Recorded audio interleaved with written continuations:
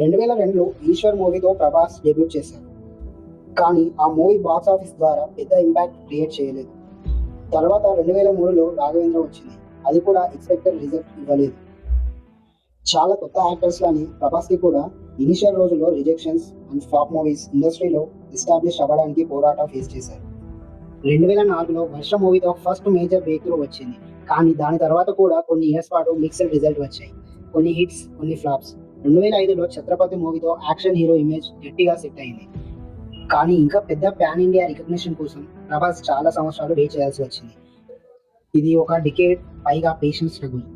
Number 3, Baahubali the turning point. 2015లో SS Rajamouli డైరెక్షన్లో Baahubali the beginning వచ్చింది. ఈ మూవీ ప్రభాస్ కెరీర్ ని కంప్లీట్లీ మార్చేసింది. ఓవర్ నైట్ గా ఇతను ఒక రీజనల్ స్టార్ నుంచి India first pan India superstar గా మారారు. 2017లో వచ్చిన బాహుబలి 2తో ఈ ఇమేజ్ ఇంకా స్ట్రాంగ్ అయింది. కానీ ప్రతి పీక్ తర్వాత ఒక ఛాలెంజ్ ఉంటుంది. బాహుబలి లాంటి